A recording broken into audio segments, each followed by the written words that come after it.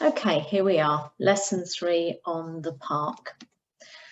So the reading skill that we're looking at today is answering questions, how to answer questions about a text. The first thing you have to do is read the question very carefully. Read the question aloud to yourself, making sure that you read each word, because it's very easy to misread a question, and then obviously you're going to struggle to find the answer. Another thing you can do is identify the important words or word within the question that will lead you to the correct part of the text to find the answer. So, for example, it might be looking at the name of the character or the thing that is being mentioned, the particular noun. So let's look at this example. What is AJ doing when the post arrives? So obviously you're going to be looking for AJ and the word post. Find those words in the text and read that part of the text again very carefully. Make sure that you don't just read the sentence that those words are in, because it might be that the answer is actually before those words have been mentioned or after. So I would read around those words and make sure you include the whole paragraph. Also, sometimes the word post has been mentioned a few times and the word AJ a few times. So make sure you scan down the text to find the different places that those words have been mentioned, because it might not be that the answer is in the first place where it has been mentioned. It might be later on in the text. So watch out for that. Okay, another thing you need to look out for is where synonyms have been used. You need to watch out for synonyms. The question may not use exactly the same word that was used in the text. It may be a synonym for that word.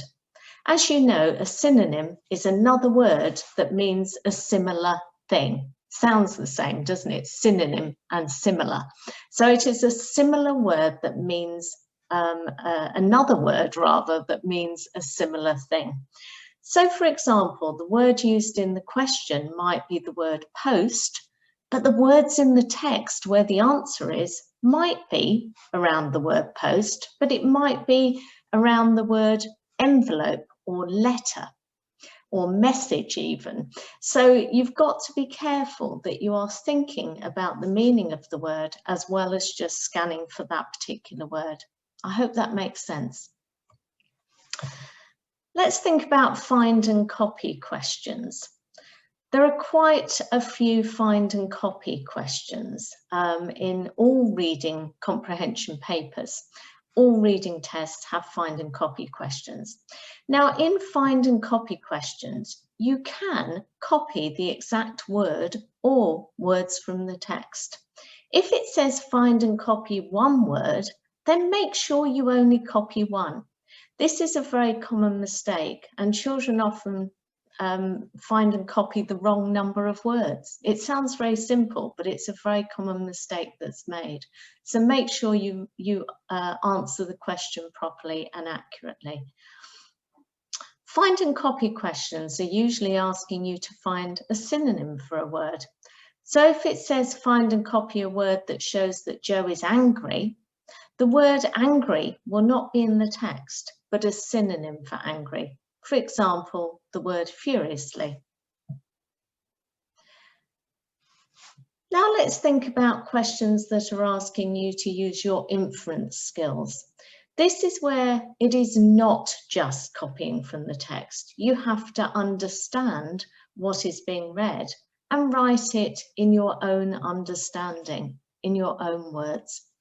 So in some questions, you have to read very carefully to find the answer.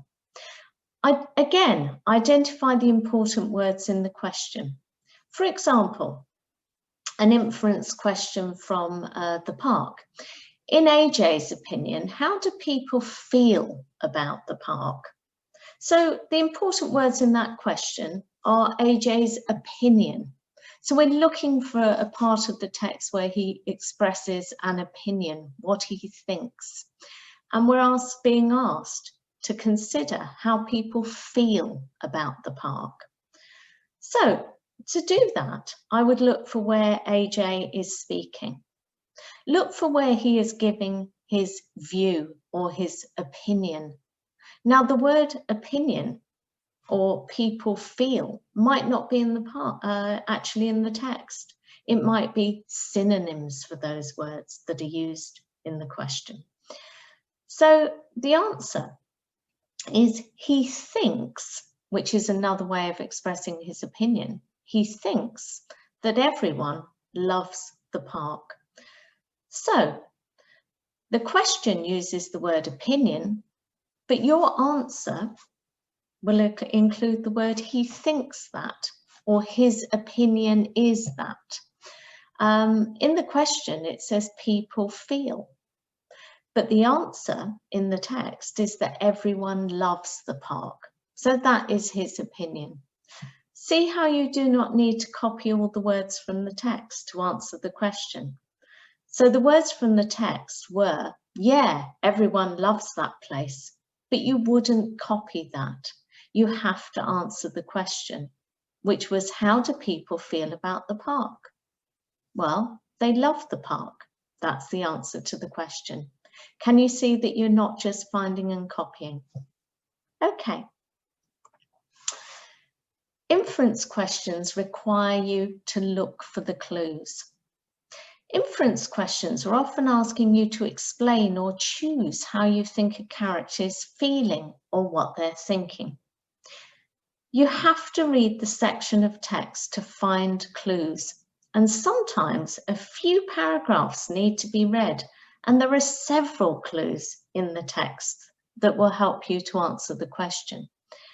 For example, in the question, what is Joe's mother thinking after she reads the letter? You have to again find the right section of the text to reread after she's read the letter. So you have to find that bit in the text and then read after that and see what mum's thinking. Look for clues. It won't say she thinks that. That would be too easy. It's asking you to understand. So look for clues as to what she's thinking. So she says, you leave that to me. I don't want you worrying. That's a clue. Also, it says, Mum tried to smile, but it didn't reach her eyes. That shows that she's quite worried, doesn't it? And she turned away to wipe her eyes. What does that suggest? It suggests that she's crying, doesn't it? So she's obviously worried and upset about the news that she's heard. So the best fit answer is that I don't want the boys to realise how upset I am. And we can tell that she's upset because she tries to smile, but it doesn't reach her eyes. She turned away to wipe her eyes, and she says, I don't want you worrying. So there are lots of clues there. Okay, let's now go back to the screen.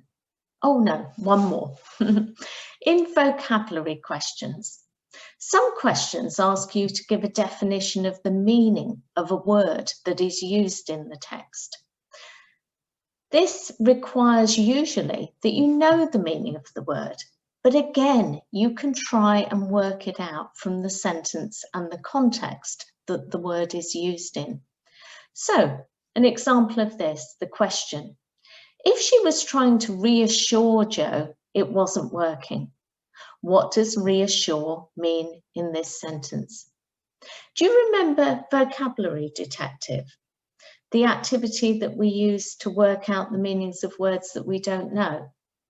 What you can do when you get a vocabulary question and you don't know the meaning of the word is use your strategies from vocabulary detective to look for clues. Read the sentence before and after the sentence where the word's been used to look for any clues in the meaning. Again, think about the word class, do you remember? And words that are linked to that word in the sentence. They might give you some clues as well. So the answer in this example is reassure. It means to make someone think that everything is okay.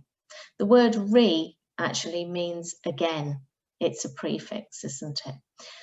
Reassure, and it means to make someone think everything's okay.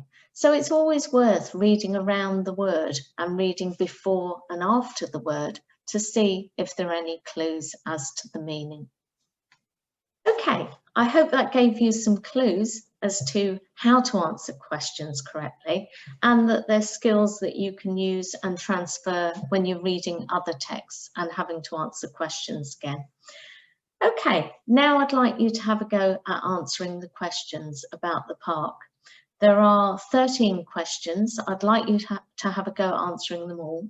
If you've already done the questions, I want you to go back, look at them again, and see if you can use the skills and the strategies that I've taught in this tutorial, and see if there are any mistakes that you made that you now can do better and that you understand. So go back to those questions if you've already done them, have a go at answering them again, and see if you can get them all right this time. All right, bye for now.